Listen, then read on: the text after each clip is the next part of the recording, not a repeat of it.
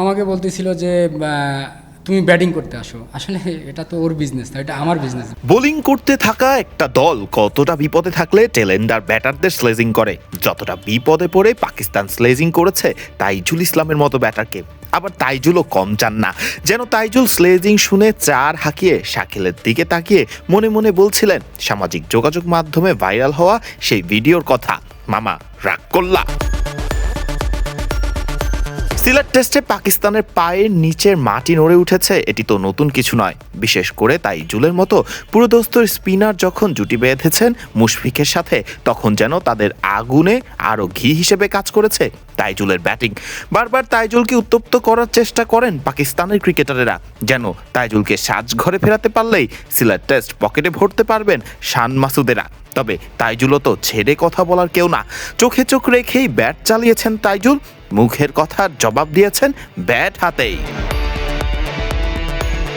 আসলে কি ঘটেছিল মাঠে, কি নিয়ে বাকবিতণ্ডা তাদের মধ্যে, খোদ তাইজুল নিজেই জানিয়েছেন সংবাদ সম্মেলনে আসল ঘটনা, কেন শান মাসুদরা ক্ষিপ্ত হয়ে উঠছিলেন ব্যাটারদের উপর। তাইজুল বলেন, না, এটা আসলে আপনি যখন ম্যাচে নামবেন তো আসলে অনেক ধরনেরই সিক্রেট ঘটতে পারে, বাট তারাও হয়তো অনেক সময় ধরে ফিলিং করতেছিল বা টেম্পারমেন্ট ধরে রাখতে পারে নাই।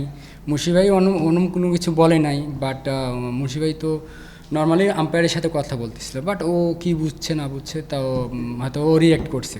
আর আমার সাথে যেটা হয়েছে, আসলে আমাকে বলতেছিল যে তুমি ব্যাটিং করতে আসো। আসলে এটা তো ওর বিজনেস না, এটা আমার বিজনেস ব্যাটিং করাটা, এই আর কি।